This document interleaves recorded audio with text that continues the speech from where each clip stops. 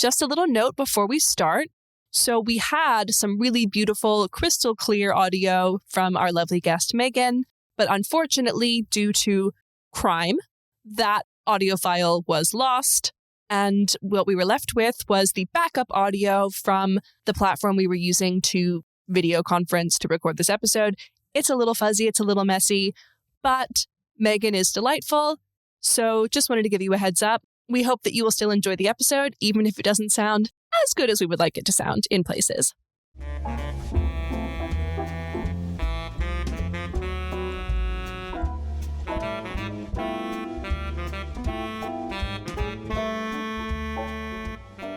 This is When Rom Met Com, the podcast where we break down what makes a date movie a great movie.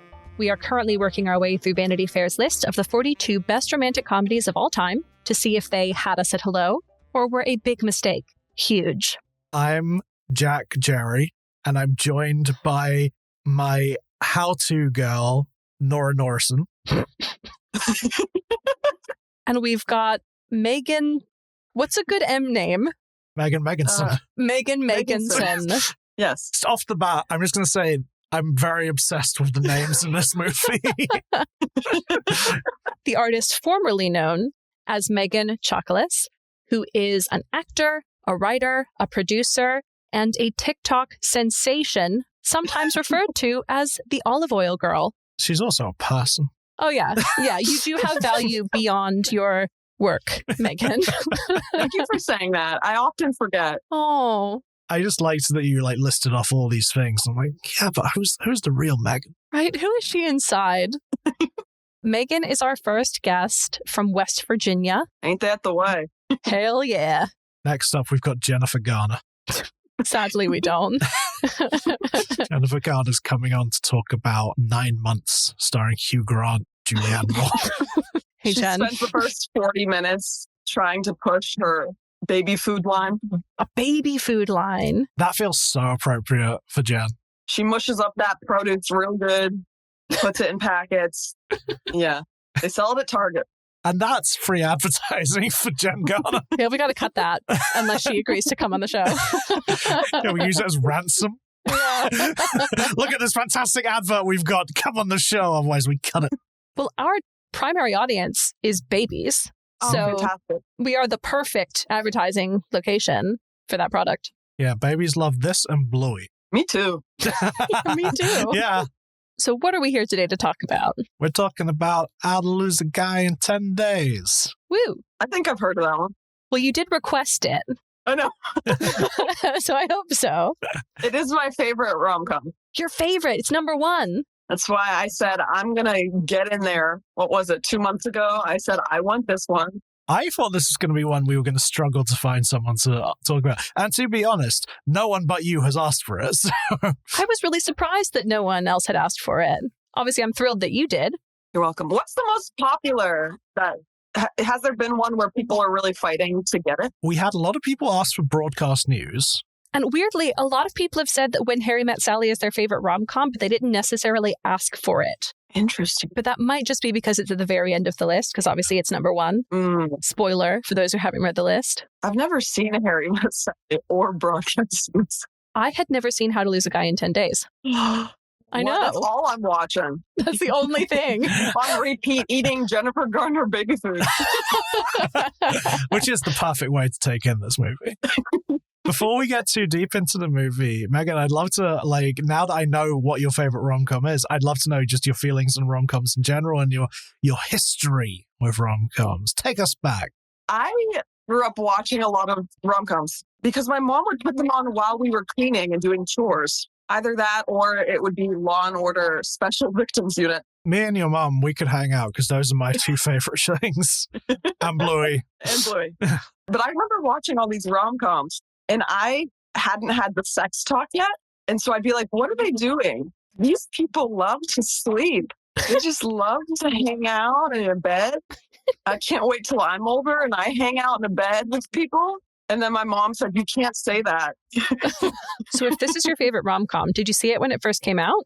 No, I remember watching bits and pieces of it as a child.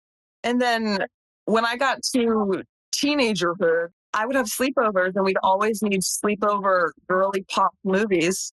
And I forget which friend of mine said, we need to watch this movie. And I thought I'd seen it. And I put it in and watch it with the fresh eyes of a young woman who had recently gone through puberty. Changed my world. Tell me more. Well, let me tell you, it had been a big week. She just finished puberty. I just finished puberty. Stanley Tucci scared me into womanhood. That's another story. It was that same week I had watched The Lovely Bones, and it scared me so bad. I woke up the next morning with my first ever period. That is not what I was expecting you to say. It was, and yet I'm still shocked. So Stanley Tucci scared me into womanhood. We need to get this episode to Peter Jackson. He needs to know that The Lovely Bones has had some impact on someone in the world. Oh my Listen, God. I was sitting there at the Ohio Valley Mall cinemas, quaking, popcorn flying. I went home that night and I knew in my bones, in my lovely bones, that I had been changed for good. So let's get into How to Lose a Guy in 10 days. Would you like some stats? Yeah, I would. Well, let me tell you something. This is from director Donald Petrie. It stars Matthew McConaughey, Kate Hudson, Kathryn Hahn, Annie Paris, Adam Goldberg, Thomas Lennon, and Bebe Neuwirth. This was released on the 18th of April 2003. Made for a budget of $50 million. And at the US box office, it made $105.8 million for a worldwide total of $177.5. All right. And I believe this might be our lowest Rotten Tomatoes score at 42%. My favorite. And IMDb, this is a good one from IMDb. The IMDb describes it as an advertising executive and ladies' man to win a big campaign bets that he can make a woman fall in love with him in 10 days. That misses the most important facet of the plot. Come on, IMDb. It posits that this is not Kate Hudson's movie. Yeah, what? Why are we centering the man? Let's see what Vanity Fair has to say about it. Only in the rom-com to end all rom-coms would you have leads named Andy Anderson and Benjamin Barry. It's true. From the jump, How to Lose a Guy in 10 Days is precisely as frothy as it sounds, a film that centers on a cool girl, before the term came into vogue, whose chemistry with a mildly chauvinistic man's man is undeniable, even though their romance is doomed from the start. She's a writer at a women's magazine trying to carve out a space where she can write about subjects of substance, which, for the moment, requires her to ensnare a man and torture him to the point of breaking up. He, meanwhile, is simply trying to prove he can make any woman fall in love with him. Kate Hudson and Matthew McConaughey sold their characters with wit and panache, throwing themselves into the roles completely, but delivering certain lines with just a whiff of irony. By the end, Andy has dragged Benny Boo Boo, Boo Boo Boo to a Celine Dion concert, and he's brought her to Staten Island to meet his family after just a few days of dating. Yet, as they kiss and make up on the bridge after a truly humiliating karaoke fight in front of everyone they know, it's basically impossible to do anything but cheer. And that is Laura Bradley. Laura Bradley missed the opportunity to say she was a cool girl before it was cool. I think they should have emphasized the importance of couples counseling. Yeah. They missed that. Yeah, no Kathryn Hahn mention in that write-up, actually. It's just so pre-Kathryn Hahn. They don't know what they have. Yeah, I agree, they don't. My biggest opinion on Kathryn Hahn in this movie is it's actually kind of my only real problem with the movie, is that the entire premise is based on the idea that Kathryn Hahn isn't absolutely gorgeous. Oh. Yeah. Every time she was on screen, so I watched it the first time on a plane, like on my iPad with my mom next to me, and every time Kathryn Hahn was on screen, I'd pause it and I'd go, Mom, look how pretty she is. And she'd go, okay. And then I'd start it again. That's why this show is for babies. Because this is the way you watch movies. Yeah. Mama, look! Pretty lady! Mommy, look! Yeah, it's crazy because, so the whole premise of the movie is Kathryn Hahn is driving away man after man because she's doing really objectively kind of crazy things like calling them in the middle of the night and telling them everything she had to eat that day. But Kate Hudson says, the most beautiful woman in the world could behave that way and the men would leave. And Kathryn Hahn says, no, they wouldn't do that to you. You could throw up on them. And they'd say, do it again. And Kate Hudson's like, oh. But she then kind of proves right. Yeah, but there's extenuating circumstances. But like, insane for Kate Hudson to be like, I'm super hot. And I would still drive men away if I did the crazy shit that you do. It's a choice. This is even backed up by introducing Kathryn Hahn in her oldest of old lady nightgowns. Yeah. Which I think is really funny. The first time we see her, and she's just in this ruffled nightgown. I'm like, why did you get that? Is it a family heirloom? She got it on TikTok Shop. Yeah. I think she's so beautiful. And I think she's so stylish. She has really great hair. Oh, 100%. They also try to tell us Kathryn Hahn is fat. When BB Newirth is introducing them all and saying what they write about, Kathryn Hahn's the health and fitness writer, and they try to play that as a joke. It makes me crazy. That is my only problem with this movie. The rest of it, I was 100% on board. I was like, give me more. I love it. Nom, nom, nom. This is great. I am not as on board this movie as you are. I like this movie. I think it's a lot of fun.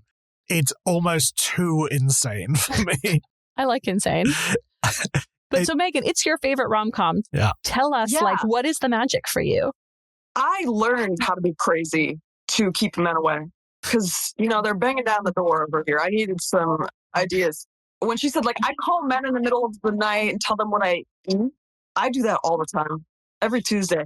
You got to keep them on their toes. I just use that movie as a guidebook, honestly. Well, it's a how-to guide. Yeah. It's exactly how to. It's in the, you get it. You get it. And also, as a young tween, I said, wow, New York City's magical. I can't wait till I live there and I date a man who has exposed brick in the apartment. I'll bring him a love fern. And I tried that before, and it went exactly the way it did in the movie. That sucker died. Wait, the guy or the fern? Yes. No, just kidding, the fern. So now you do live in New York City. Have you reached that exposed brick boyfriend milestone? I did date boys that did have exposed brick, but then they'd start playing a guitar randomly, it would just materialize. And I say, I gotta go. They giveth and they taketh away. I was going to say, though, when you're comparing this movie to New York City Boys, Matthew McConaughey is anything but a New York City boy. Yeah, he's a Texan boy. Yeah, which makes his home on Staten Island all the more confusing. But they explain it. And it's very important to them that that his dad was in the Navy and was stationed in New York 10 years ago. But all his family feel like they're New York, apart from his mum. Oh, yeah, who's from the deepest South. I love her. More of her. She's in so many movies, and I always think she's one of those. Celia Weston. I got all the time in the world for Celia Weston. But yes, I just remember watching that scene, and his brother and sister, who are like, you are not Matthew McConaughey's brother and sister. The most Italian-looking man you've ever seen in your life. And he's just like, hey, I'm a firefighter. Yeah, me and Matthew, we're brothers, Y'all. Oh. All right. I just think this movie is so perfectly cheesy, though. Oh, yeah. That's where the charm lies. I'll still whip it out for a girl's night. Mm. And we'll say, let's watch this. And we all know the lines. We're all screaming them to the TV. We lean out the window. We go, ladies of New York, frost yourselves. And someone goes, fuck you. Hey, frost this. This is kind of I wish I'd watched this movie with you, Nora, because I think we would have had a lot of fun watching it instead of watching it on a train home from work.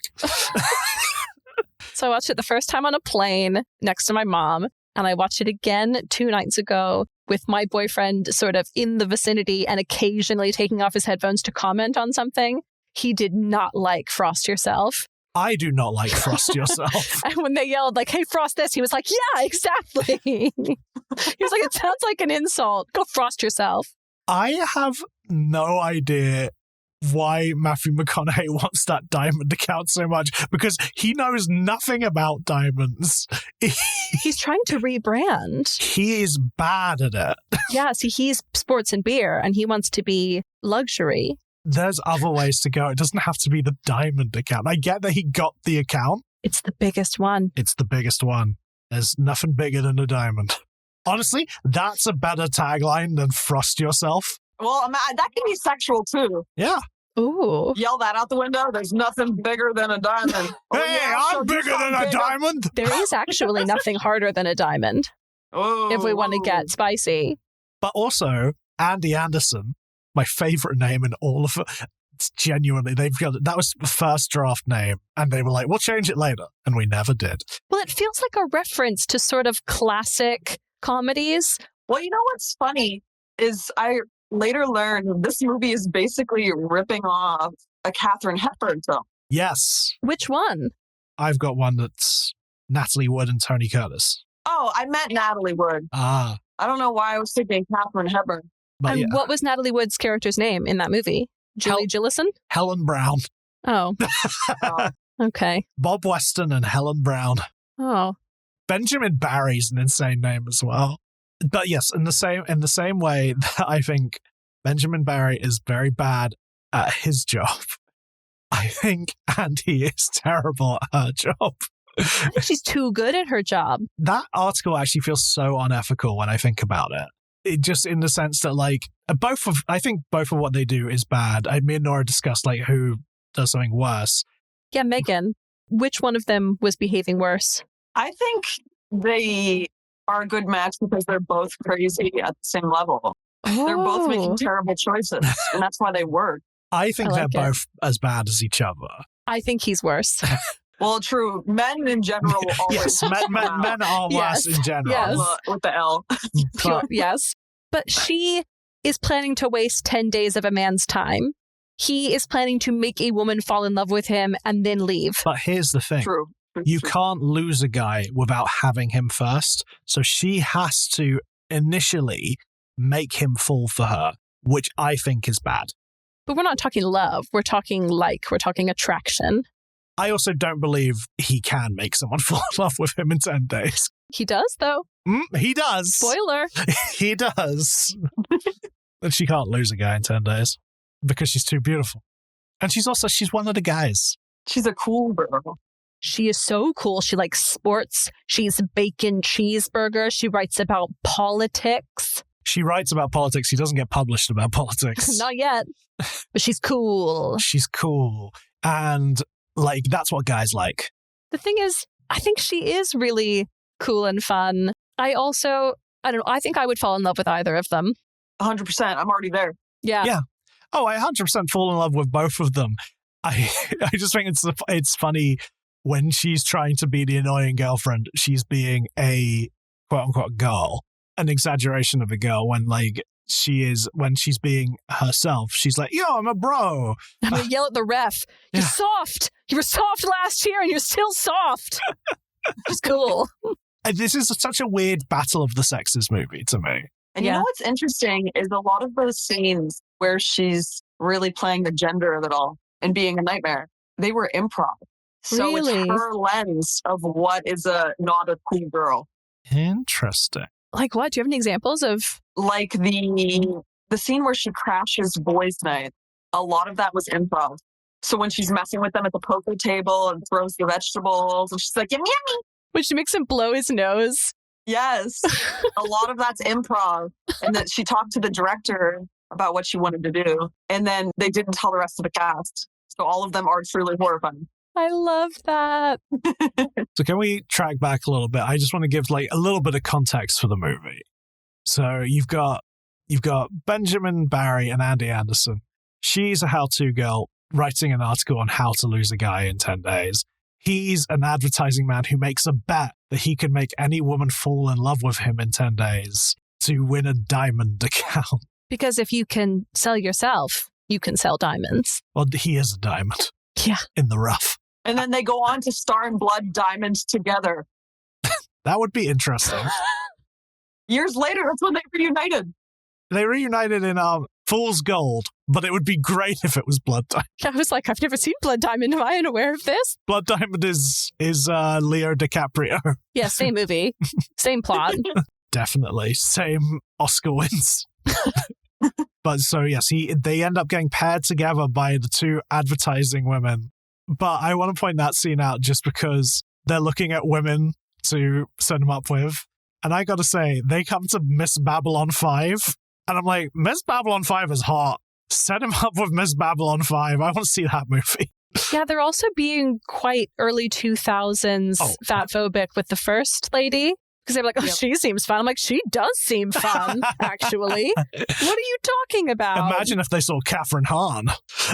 Again, Catherine Hahn's at the bar. A guy looks at her and is sort of like, ugh. No man would like, Catherine Hahn bumps into you and you turn and look at her. Are you going to go, ugh? Like, in what world? Shut up, movie. But actually, they're little, it's sort of a forced meet cute, but their meet cute at that bar, I love. Yeah. They have genuine chemistry. That's the thing that works the most in this movie for chemistry. me. Yeah. Well, yeah, because I think the thing that makes you stick it out through the secondhand embarrassment of it all is that it is obvious right out the gate that they are meant to be together. Mm-hmm. So you hang in there and you wait for it. You go to Staten Island for it. I love that Kate Hudson gets to be so funny in this movie and also gets to make us cry. The range. Her monologue on the steps when they run out of the big event. She's wearing the Isadora diamond. Security's chasing after her. And they take the necklace. They leave the earrings. Well, they say, you can keep those. Yeah, that's fine. She earned those. Yeah. And then she has that amazing monologue where you can almost see the acting degree at work. You're like, ooh, okay. She did some actioning. Yeah. I'm watching this as a preteen. I'm like, what is this? Is this Strasberg? Is this Adler? What is this? Stanislavski. Hagen. Chekhov? What are we working with? Yeah, she's very good. She's very, and she can sing too, which is annoying. She has the whole package. And then she has to pretend not to be able to sing. Yes, and they call her tone deaf, and she so obviously is not. Sorry, guys. Mm-hmm. She's Cinema Italiano, for those who know. If you know, you know. I don't know. I don't know either. She's in the film adaptation of the musical Nine. Her character is a creation for the movie, and they wrote a new song for her called Cinema Italiano, which is just a lot of her going, I love the Cinema Italiano. Great. Skinny girl guys, dark fashion ties, shades in the middle of the night. You know what? Speaking of how good an actor she is, a thing I noticed on the second watch is when they have their big kiss on the bridge at the end, there is one single tear. Yes. Like, she was so into that scene. And that couldn't have been the first take. I bet she was crying every take. Ugh. Yeah. Mwah. And even like the symbolism of her hair throughout the film, it starts out like super straight. And as she falls more in love, it's more natural and curly state. Oh, yeah. But when she dresses up to like torture him, to fake him out, it goes straight again. Yeah. But like the curliest it is, actually, so this is the second thing I don't believe in this movie. I want to put it out there. I believe this premise. I buy this premise. I believe this could happen. I will die on that hill. The thing I do not buy is that they think Catherine Hahn is ugly. That is bullshit. And that when she didn't bring like a diffuser and mousse to Staten Island.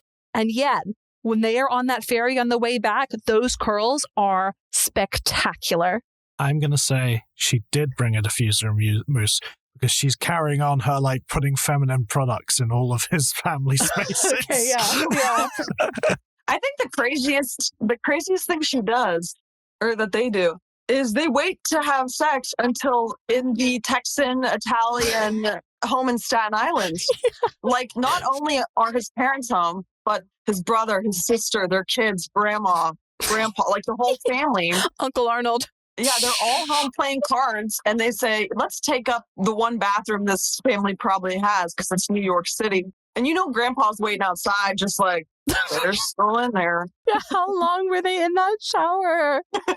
Although that scene is really hot. So fantastic. Yeah. Like, is there anything more intimate than showing someone how to use your shower?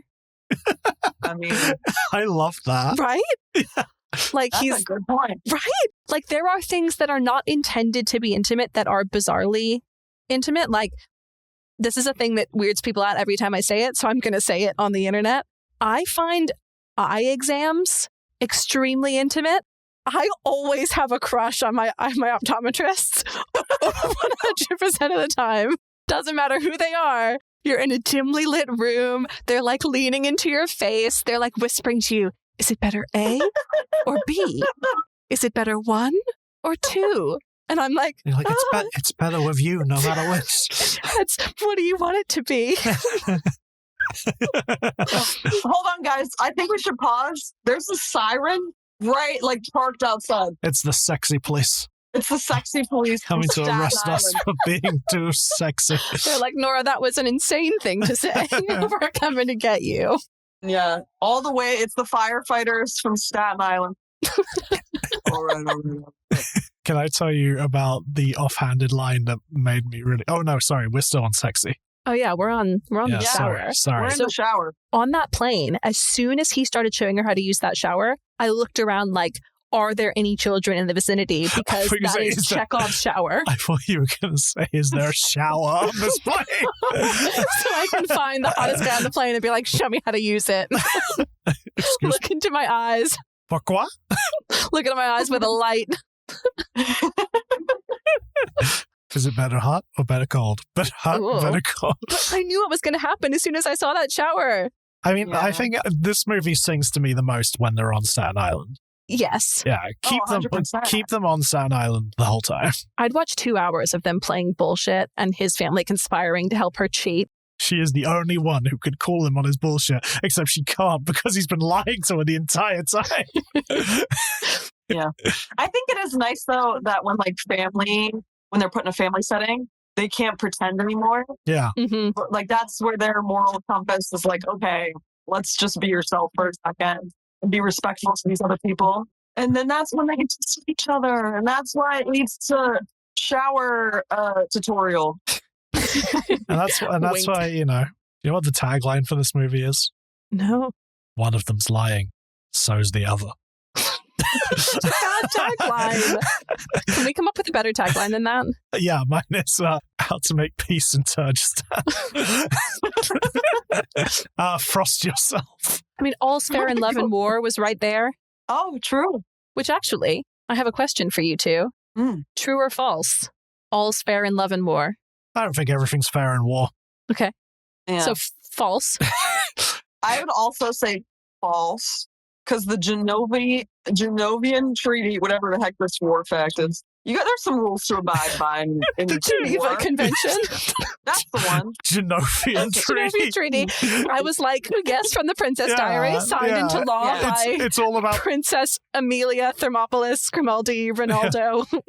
Yes, they love pears. They love pears and war.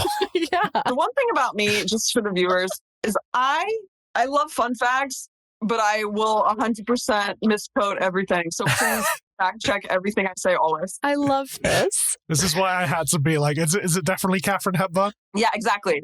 I'm just naming people. I'm like, oh my God, Melissa McCarthy was there in Staten Island. They're playing poker. He's like, you're almost there, Megan.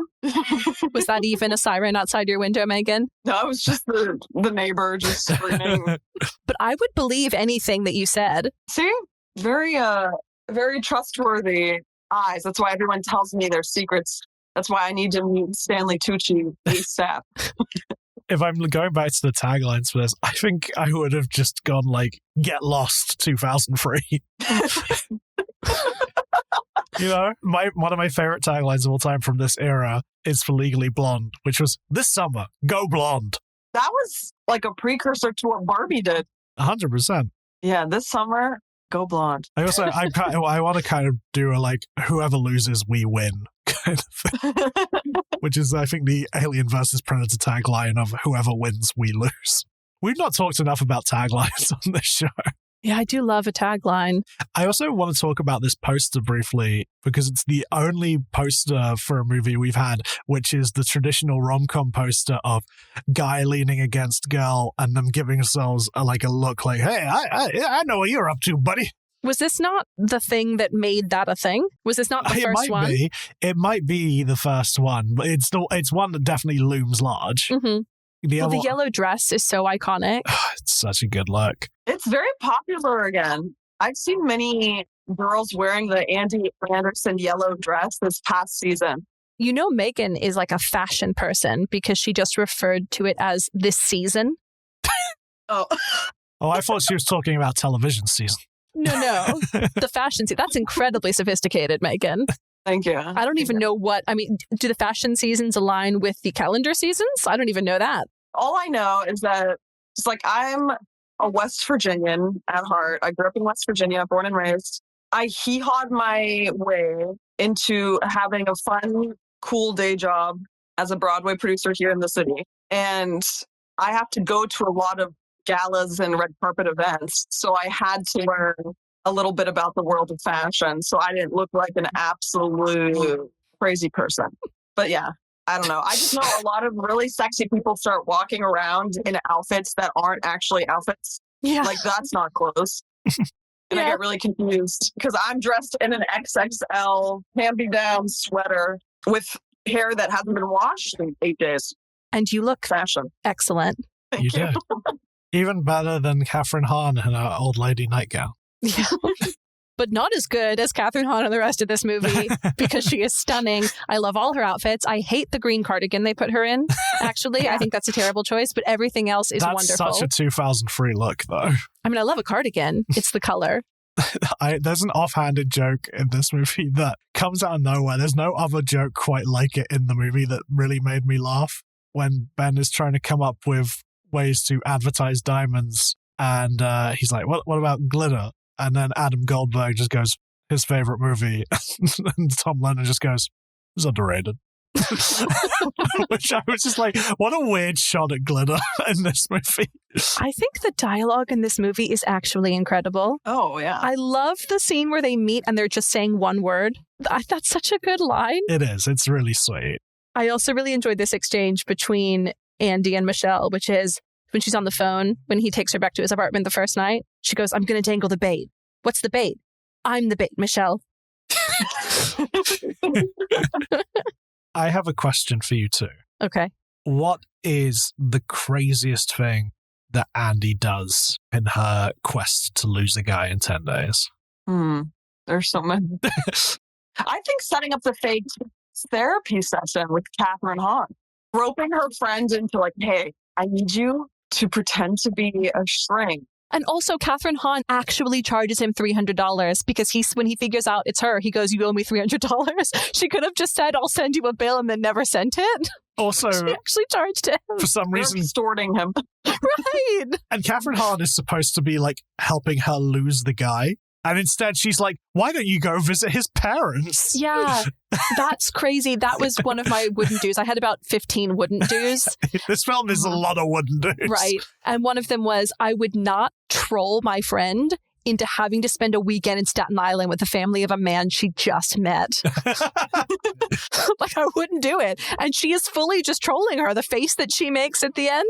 I was going to say, I think that was my wouldn't do. Because that's the equivalent of if a guy you just started seeing said, let's go camping in the Catskills. No, Staten Island is basically like, that's off grid. Basically the wilderness. Yeah. I mean, thank God she went to Staten Island because it gave us the emotional heart of the film. That's the tagline. Go to Staten Island. Go to Staten Island. You'll find 2003. For me, the craziest thing she does is adopt a dog. I forgot about the dog. I like how much Ben does look after the dog. Right? See, Ben really bonds with the dog. I would like to give a little PSA for the listeners at home, which is dogs are not just for bits, bets, or journalism. Dogs are for life. This has been Don't put them on poker tables. Yeah. Do you want to know what the craziest shit she does for me in this movie? Yeah. Fucking talking during the movie. Oh, that was hard to watch. Yeah. That poor guy behind them who just really, really needed to watch Sleepless in Seattle. I'm going to go back inside and finish Sleepless in Seattle. The one that I actually think is the most insane is just like putting all her stuff in his like apartment. I'm like, that's like date 3 she does that, or date 2.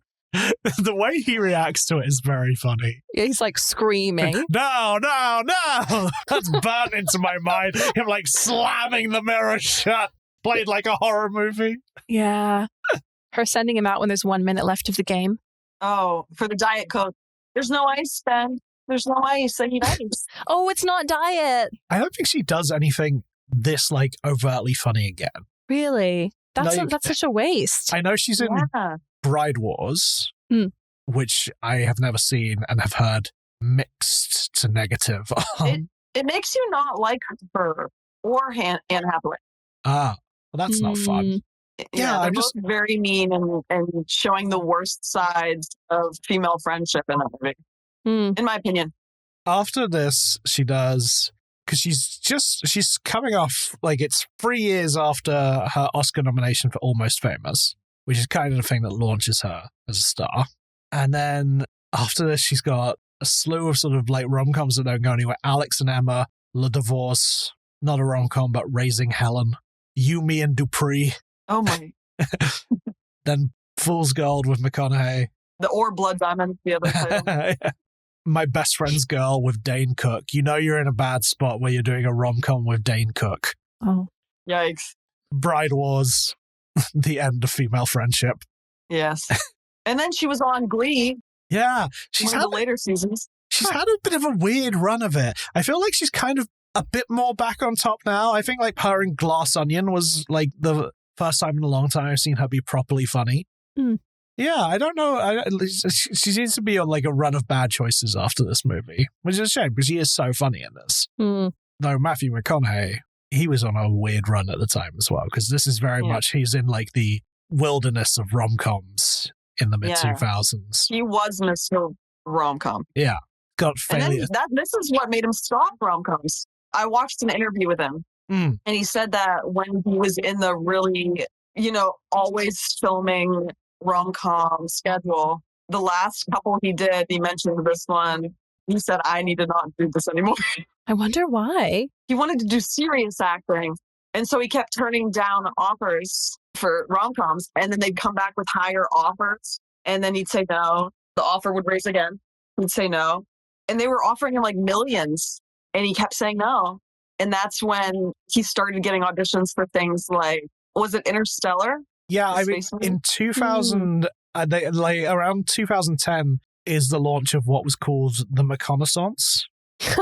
What? This is a thing. Everybody, it was sort of like his reclamation from sort of lower grade rom-coms. His last one, I think, is officially Ghosts of Girlfriends Past, which is a tough watch. Oh, that one's rough. But then he's got like stuff like Killer Joe, Mud, Dallas Buyers Club, he wins the Oscar for, Magic Mike, The Wolf of Wall Street. Yeah, he's stayed away from rom-coms for a while now. Yeah, nothing even close to a rom-com since 2008. But he's such an obvious choice for a rom-com because he is just so effortlessly charming. All right. Like, okay, you know what his hottest moments in this are? They both happen on Staten Island. Of course. When he's teaching her to drive the motorcycle and he sort of gets pushed off the back of it because she sort of speeds ahead and he like runs and jumps on the back of the motorcycle. Whew. Wow. And then very soon after that, when he's carrying ice cream and he is talking and he just casually steps over the fence with the ice cream, I was like, oh, he was really hot. I can't explain it. He's tall. He's got long legs. A man who knows how to scoop ice cream. Hot. Do you think any of the men or women in this film have, like, friends of the opposite gender? Oh, wow. That's a great question. Because I genuinely feel like they've never spoken to like, outside of, like, romance and sex. I don't think any of them have spoken just casually to a person of the opposite gender. Wow. It's just the way their friendships are played. She has those two girlfriends. He has his two guy friends. And they're work friends. Yeah. Do they have actual friends? Well, I guess he's got the people who come over for poker. Oh, yeah, good point. She has no other friends. She has those two. No family. She has no family. Two friends. She's a career woman, okay? She is writing those articles about negotiating peace in the Middle East. The closest thing McConaughey has to a female friend is his sister and his mom. Yeah, but at least he is close with his sister and his mom. That's true. Which is very nice. But it's just like, I was just thinking, like, because I have a lot of female friends and I have guy friends as well.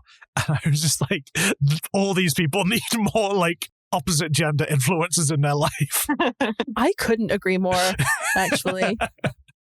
I also want to shout out Tom Lennon, who plays the sort of nerdier friend, Thea. I want to shout out his outfits because they are insane. Yeah, I love the friends in this. I do too. His little like yellow sweaters, like very clearly, like he's a married man. His wife has dressed him. Yeah. You know who I want to shout out and then unshout out Oh no! is I want to shout out the props department. So I wrote a note, Oscar to the props department that made the family photo album. It is so funny. The detail of like how she's designed it and the photos she's chosen and the bad photoshopping of them together where it's this like headshot of hers and it's this like insane like high school photo or something from him. It's so funny. Which is definitely just face app now. Yes, but it's so good. It is such wonderful prop work. But then, assuming it was the same team, I would like to rescind that Oscar for when he's reading her article and the camera lingers on it for a long time, and it is the same 3 paragraphs that are not even very good over and over and over What are you over talking like 2.5 about? It's pages. the best thing she's ever written. I hate when you pause, and this one, you don't even have to pause to read it. But when you pause and it's like a newspaper article and it's just the same paragraph repeated, that is a huge pet peeve for me. Why would you do it for her life-changing article that the camera lingers on for 100 years? We'll share a screenshot of the article. It's 2.5 pages of the 3 paragraphs repeated. I did not realize this. And they're not well-written paragraphs. It's not exciting. It's very bland. Like, you're obviously not intended to read it, but they stay on it way too long for something you're not supposed to read. Dang. And then if you get to page 4, she talks about the Genovia tree.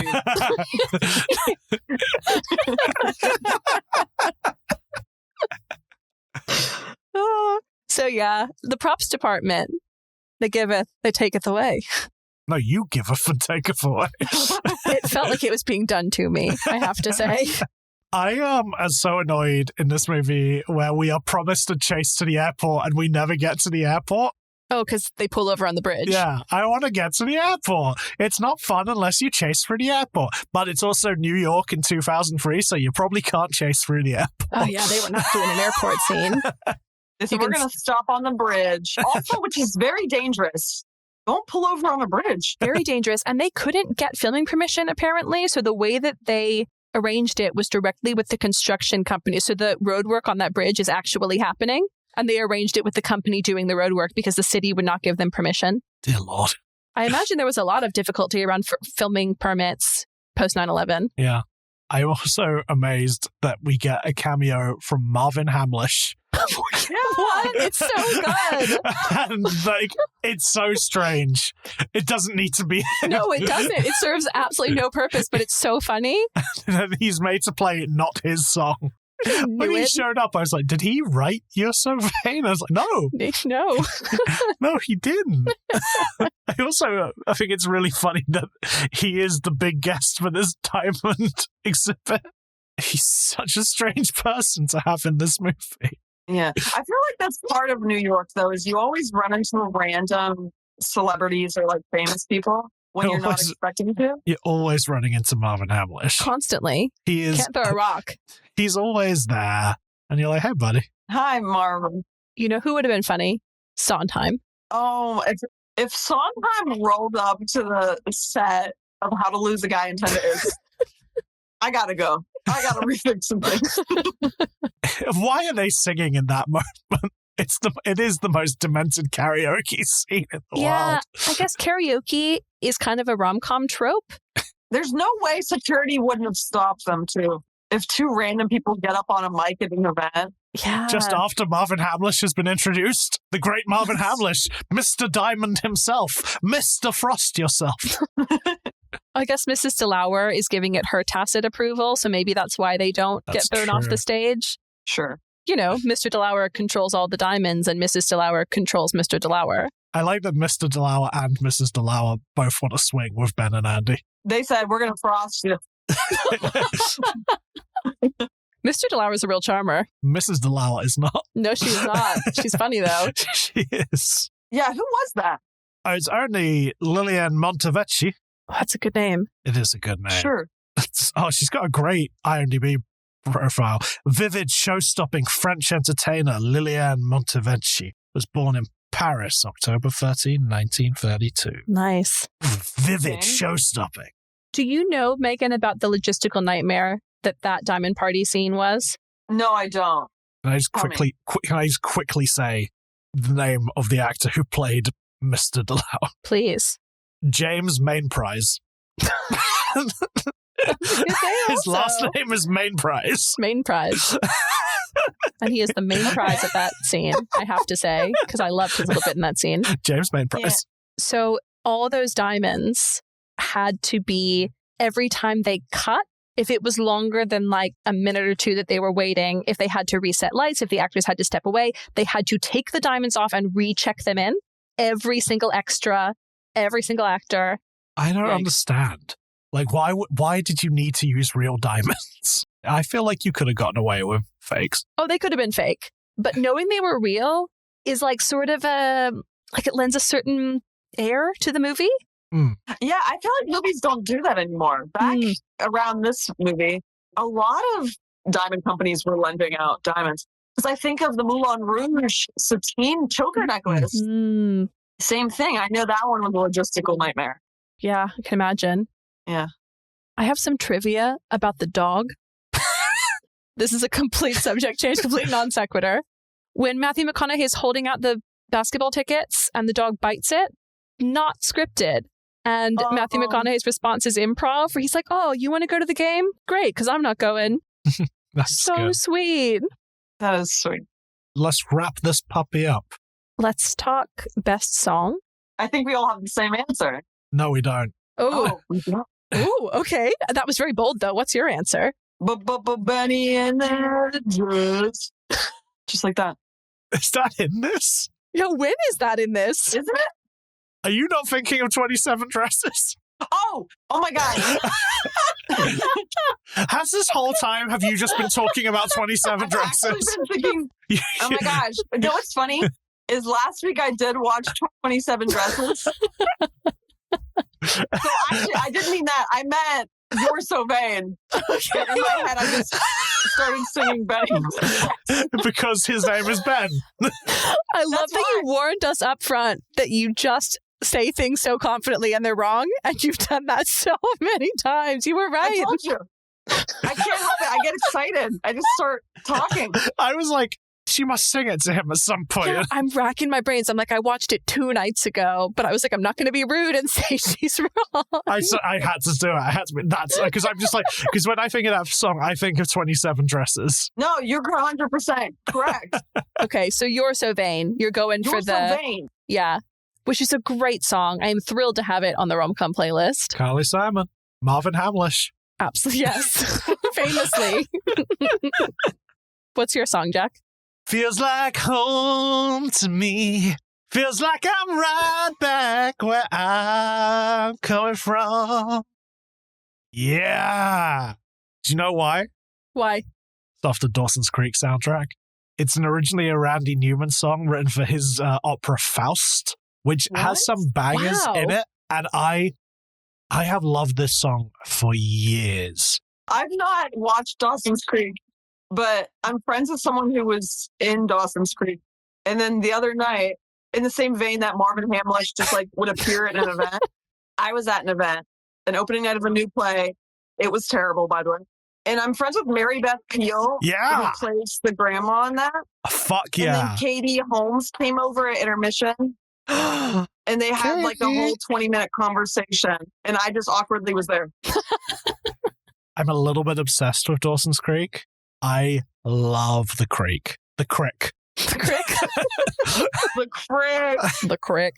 Oh my God. My entire personality was just be Joshua Jackson when I was a teenager. And to this day, it still is. Well, you know, I'm going to have to send this to Mary Beth. Oh. Oh my God. Can we get her on the show? Jack would die. Honestly, probably. She's so Oh funny. my God. She always sees me. She goes, "Hey, girlfriend." I go, "Hey, baby, how are you?" And I think she likes me because I've never seen Dawson's Creek. Right. Oh, well, then she'll hate So when me. I met her, I didn't really Well, know. I've never seen Dawson's Creek, so you can pitch it with that. Jack will keep his fangirl under control. I met Joshua Jackson once. I was composed. Nora, what's your song? Great question. So there are actually 2 songs by that same woman. Chantal. Kreviazek. She also does Leaving on a Jet Plane on the Armageddon soundtrack, which I fucking love. And Benny in the dress. Yeah, in 27 Dresses. It's actually her singing it. You might think it's Katherine Heigl and James Marsden. It's not. I would love to hear her do a cover of Benny and the Jets. So I was debating between the song that plays for the bridge scene, the Anywhere You Go, I'll Follow You Down, that one, or the one she sings called Weight of the World, which is really over the very last shot into the credits. Oh. And I think Weight of the World is just a bit perkier. It has a really catchy opening, Yeah. Nothing wrong with adding some upbeat tunes to the playlist. Yeah. I finally realized why I said Katharine Hepburn. We're going to go full circle. Because Katherine Heigl is in 27 Dresses. Yes, because exactly. A bunch of Audrey Hepburn music is played during the Diamond Party. Yeah, because Moon River plays during the party. Yeah, and Sabrina's theme. Which you'd think they'd play a Marvin Hamlish tune instead of a Henry Mancini tune. Poor Marvin. Marvin was wheeled out into this. He had 2 hours in a dream. I'm Googling why was Marvin Hamlish in this. I just found a Playbill article from February 7th, 2003. New Earth, Hamlish, and NYC featured in How to Lose a Guy in 10 Days. A new movie opening at February 7th. NYC. It is the third character in every rom-com. I might have to draft up a poster of How to Lose a Guy in 10 Days where the top build cast are Neworth, Hamlish, and NYC. Okay, tag yourself. They even put a photo of BB. But not Marvin. Yeah. Marvin is the unsung hero of and the half internet. the articles talking about how the movie adaptation of Chicago is also opening February 7th.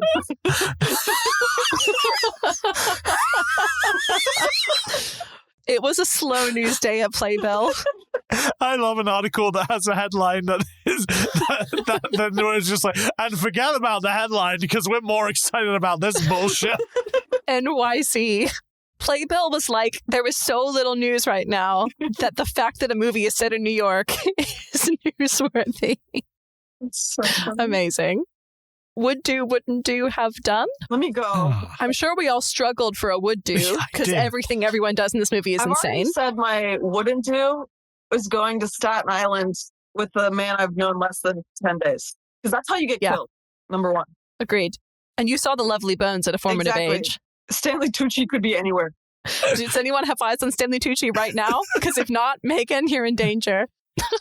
I feel like he's like he's like a grim omen. Like you see him and you're like, oh no, I'm on my period. Honestly, yeah. I should start paying attention. Stanley Tucci is PMS. I love that. Honestly, that's a movie I would watch when Stanley Tucci plays the period demon. He sits on the bed and crosses his legs. He goes, "Hey, girl, how are we feeling?" And then he swaddles me. It's like, hey, your boobs hurt? They're about to. You're real pissed off and you don't know why? Uh-oh. So what would you do? I would 100% be a person who dates someone for an article, but instead of an article, it would be for a YouTube video or for a TikTok. This is how I got banned off of Tinder. I have a lifetime Tinder ban. Okay, apparently the men of Tinder back in the day were mad that I wasn't taking it seriously because I was trying to get men to join me for a Bachelorette-style YouTube series starring me. Anything for the bit. But anyway, Tinder gave me a lifetime ban. But I could 100% see myself in a situation where they're like, Megan, do you want to go on a date with a guy and do some crazy stuff and film it for TikTok? And I'd say, yes. Yes, I would.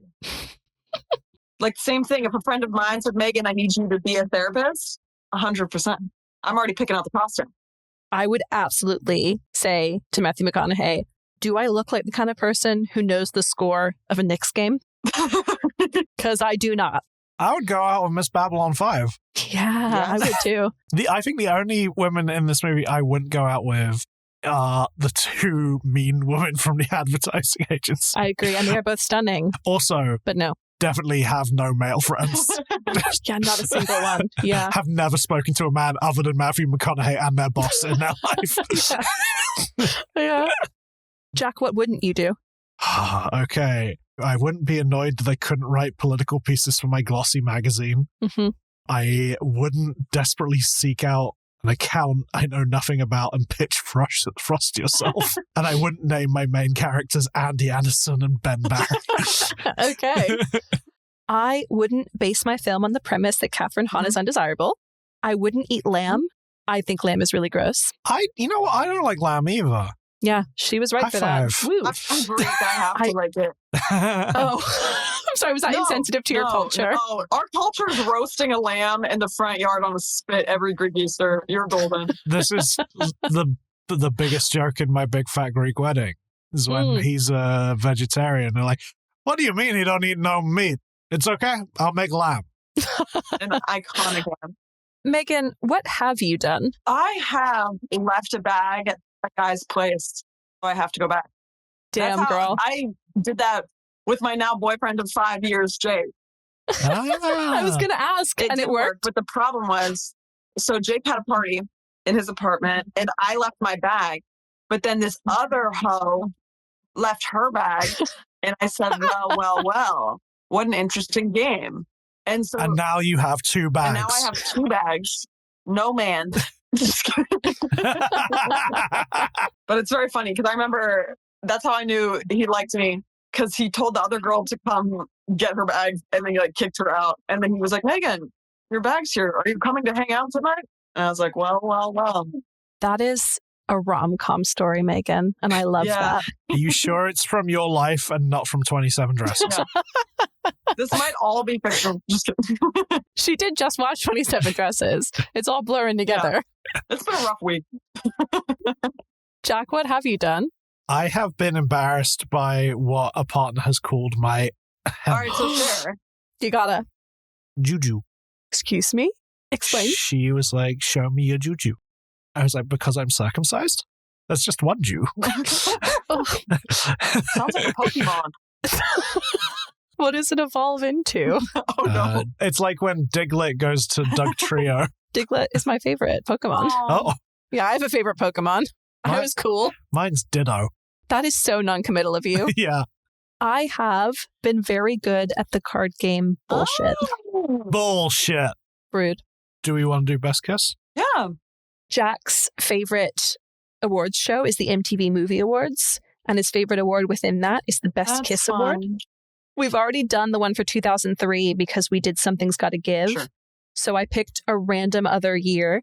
So 2013, that would be movies that came out in kind of the second half of 2012, first half of 2013, because it's a summer award. There are 5 films total, 1 winner, 4 nominees. The winner is a rom-com, although I'm sure a lot of people would think it's not a rom-com. Interesting. And it is an Oscar winner. Oh, is it Silver Linings Playbook? Yeah. Yes, it is. So Jennifer Lawrence and Bradley Cooper. Yeah, right. He's really good at this game. I could never do this.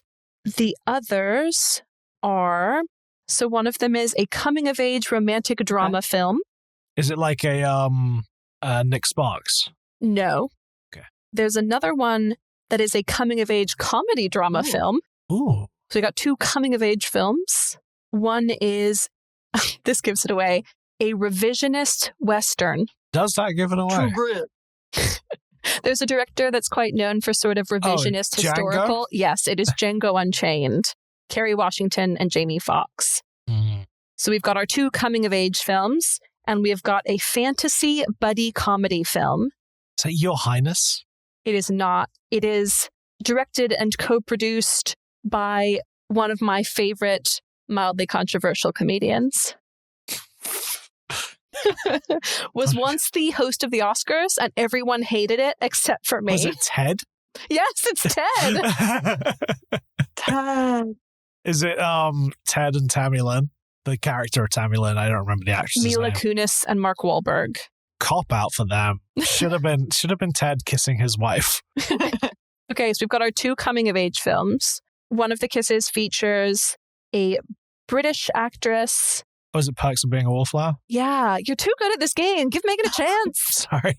Okay, our last one. Coming-of-age comedy drama film directed by someone who film bros like to reference. It's not like, no, because nobody references these 2 directors. That's 2 directors.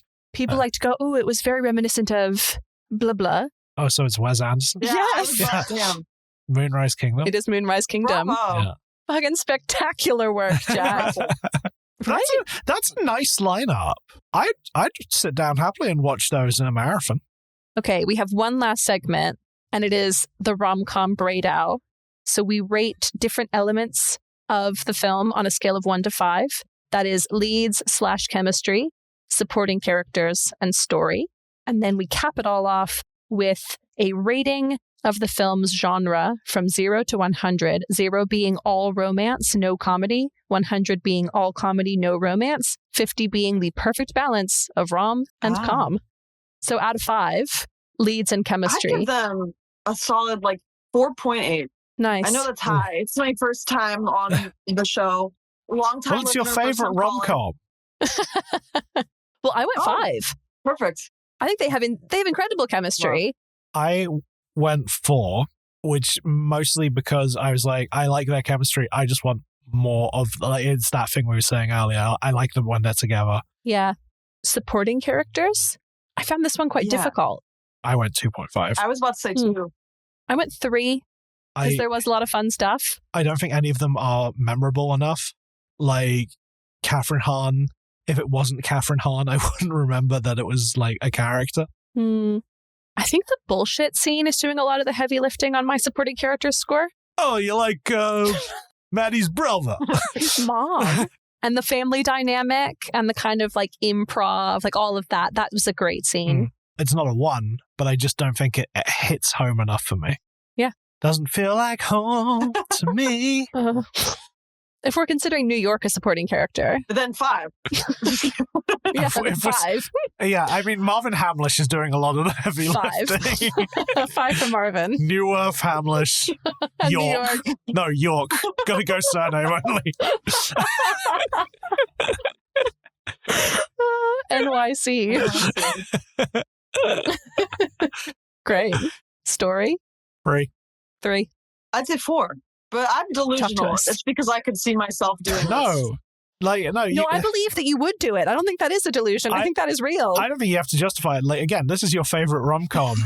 It could be 8,000 out of 10 for all I care, which is not the scale we rate on. But you know, I think this is such a great choice to have as your favorite rom-com. It is so much fun.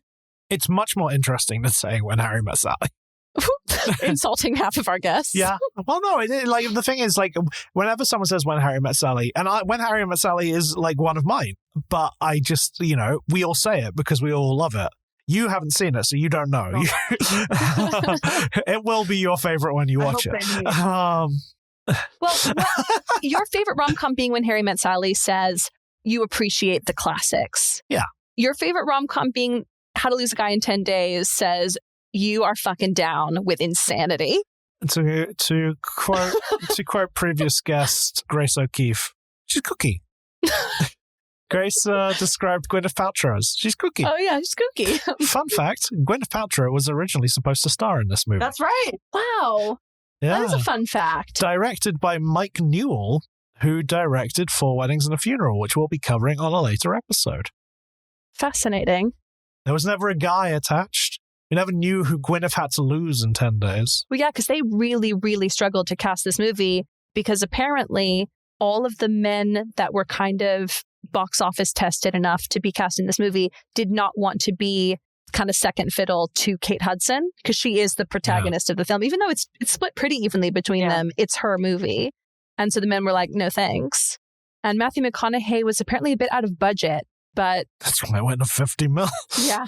So Kate Hudson really pushed for him and apparently played hardball. They were like, well, maybe we'll just make another movie. And she was like, okay, fine. So good for her. I love Kate Hudson. I'm not super, super familiar with her career, but just from seeing her in this and the few other bits that I've seen, I'm a big fan.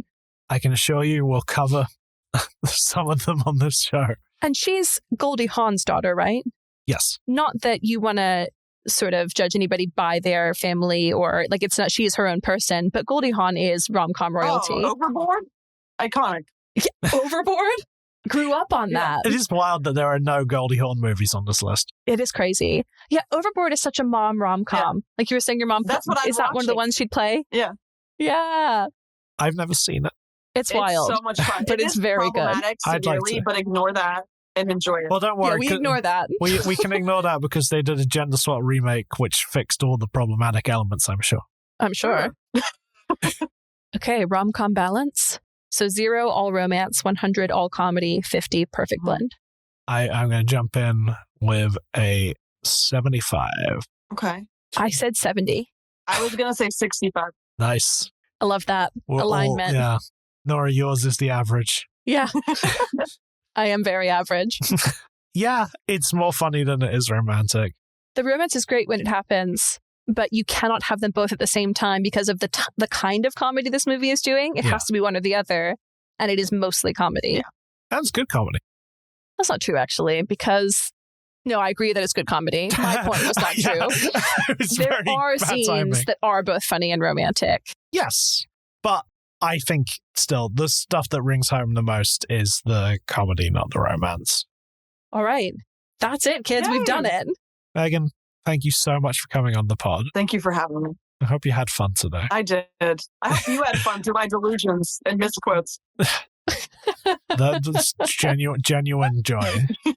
Is there anything you'd like to plug? She'd like to plug 27 Dresses. Benny and the Jets. Catherine Hepburn. What else?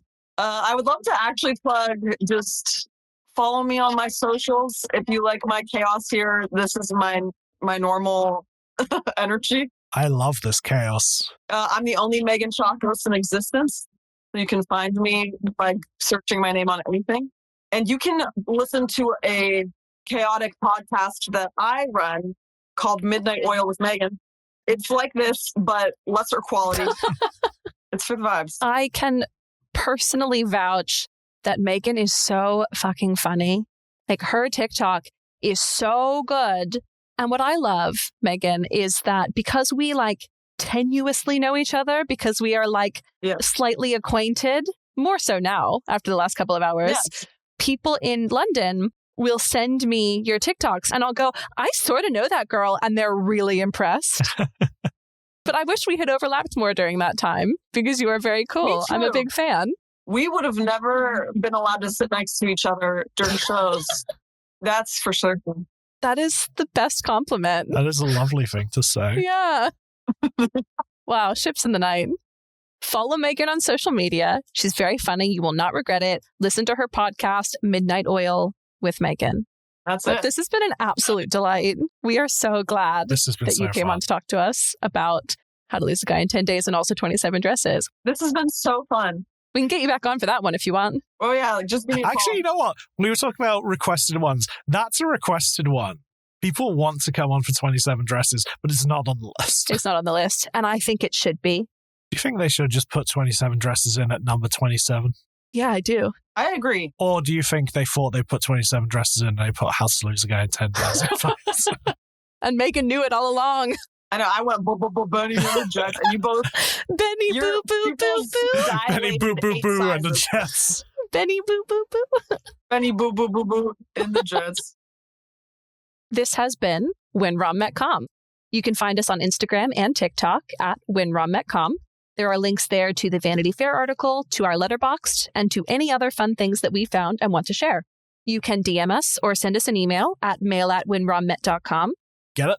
We'd love to hear your thoughts on the films, what rom-coms you think should have made the list, including 27 Dresses, obviously, your best would-dos, wouldn't-dos, and have-dones, or anything else you'd like to hear about. If you've had a nice time today, please consider leaving us a review or following us wherever you get your podcasts. Next time, we'll be discussing number 23, 4 Weddings and a Funeral. Thanks for listening, and remember, we don't hate you. Not even a little bit. Not even at all. See you next time.